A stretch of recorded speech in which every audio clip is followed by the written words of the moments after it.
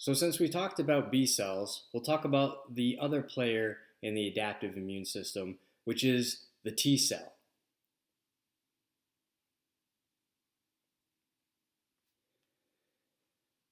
Now, T cells are a cell-mediated response, unlike our B cells. They are lymphocytes, and the cell-mediated response means that it happens with inside the cell and does not use antibodies. So 10,000 foot view difference between B cells and T cells. B cells will produce antibodies, T cells do not. We have two types of T cells. We have helper T cells and cytotoxic T cells.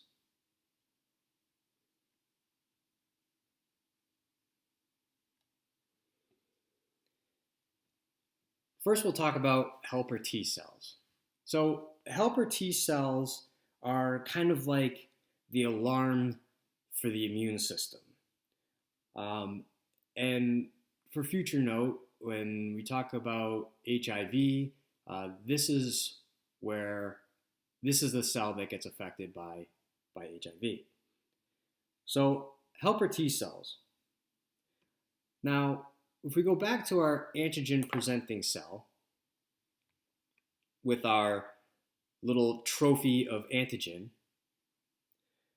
um, so we have that phagocyte who has found a pathogen and is now presenting it on its surface. The phagocyte comes to the lymph node and to the helper T cells and says, hey, look what I have.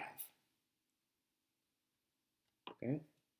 So he comes over here and he's in the lymph node and he has his little trophy and he says, hey buddy, look what I have. The helper T cells also have unique T cell receptors on it, and the receptors will bond to the specific peptide or piece of an antigen from the phagocyte. So he'll come over, he'll bump into this T cell, helper T cell won't work, this one won't work, but hey, we found the correct one. Once activated, the helper T cell, just like the B cell, will split. We'll split into a memory cell, so we have more of these cells available in case this pathogen comes into the body again, and we'll split into effector cells. Now, the effector cell, what it will do is raise the alarm, and so when it's activated, it will release cytokines. There are many types of cytokines, but basically what we can think of these as pro-inflammatory substances, and they also activate other cells. They tell other cells we're under invasion and you need to come and help out wherever the antigen is.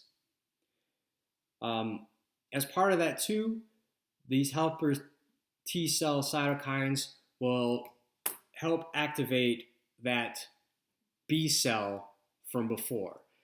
Think of it as kind of a double check, secret handshake to make sure that the B cell is in fact releasing antibodies, because those are weapons.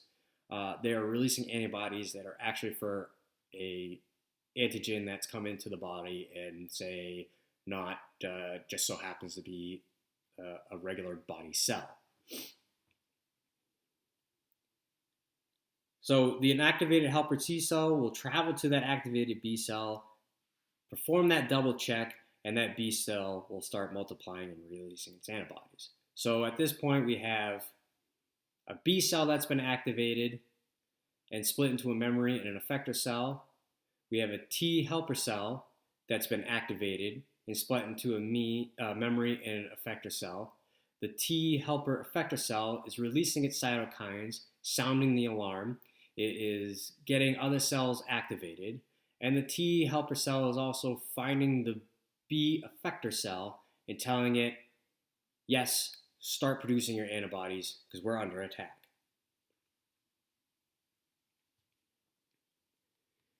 The other type of T cell is called a cytotoxic T cell. So we talked about B cells, phagocytes, and other professional antigen presenting cells using that MHC 2 to help present its trophies. So if we look back over here, we remember this antigen presenting cell is using this little trophy presenter, which is an MHC2.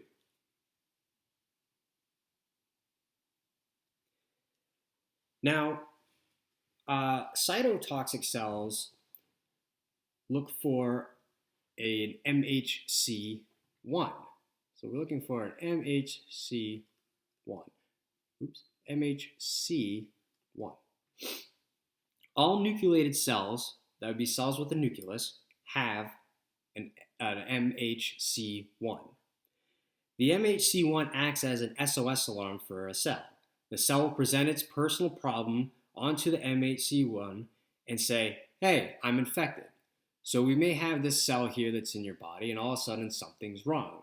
Maybe it's been invaded, maybe it has a mutation, but it says, uh-oh, I'm infected, and it will start sounding its alarm here, saying, come help me.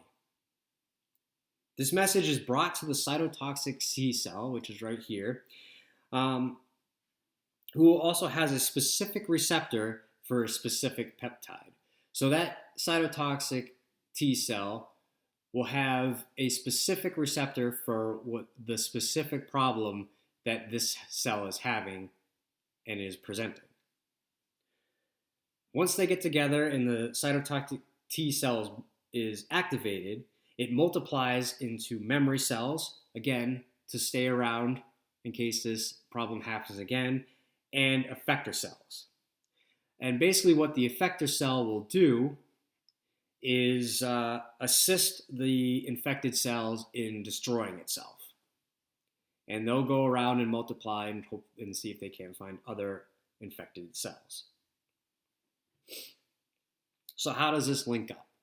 So we'll say maybe our antigen has gotten into our body from us stepping on the nail, and now it is destroying some tissues and some cells. So along with part of that antigen being presented to the B cells and the helper T cells to help sound the alarm and make antibodies, our infected tissue cells, say maybe our skin cells or something like that, are sounding the alarm and saying, I need to be destroyed, so they don't become antigen-producing factories. And so these cytotoxic T cells will go along and assist these cells in destroying themselves.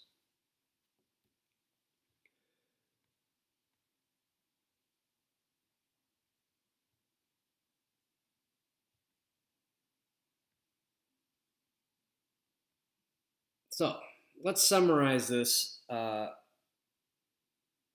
adaptive immune system. Okay?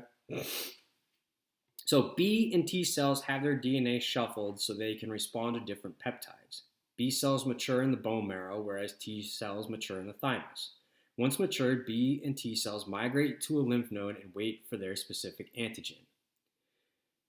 B cells have a specific receptor or memory-bound antibody that responds to a specific antigen to be activated. It needs binding of the antigen and is stimulated by a helper T cell. Once activated, it will clone itself into memory cells or effector cells. Memory cells stay around for future threats. Effector B cells produce antibodies. The T cell has specific T cell receptors that respond to specific antigens. Once activated, it will clone itself and become memory and cytotoxic T cells. Helper T cells release cytokines to sound the alarm and activates effector B cells. Cytotoxic T cells search bad cells and kill bad cells. This process is called colonial selection, or the theory that only cloning specifically activated cells is a way to go about it. So this brings us to immunity. Now we have two main types of immunity. We have passive and we have active. Passive immunity is done without any work or exposure by you. So this can be done naturally. As an example of this would be gathering immunoglobulins from your mother's breast milk, which would be IgG and IgA antibodies. An artificially acquired passive immunity would be if you were bitten by a snake and given a snake venom antidote. You were given these antibodies. An active immunity, again, can happen naturally or artificially. Naturally would be exposed to disease, similar to what we have just talked about. Your body is infected by some sort of antigen. It comes in contact with white blood cells, and through the response of the B cells and T cells, you are now immune. You have antibodies. You have cytotoxic T cells and those memory cells waiting around for future threats. This can also be done artificially through vaccines and booster shots, where you're given that antigen that is non-active, but will still create an active response in your immune system, creating those antibodies for future use.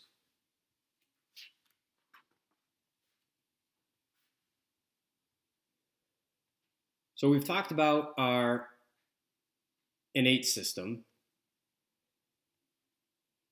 which is our castle wall and our soldiers to keep out our threats, fast acting and our first line of defense.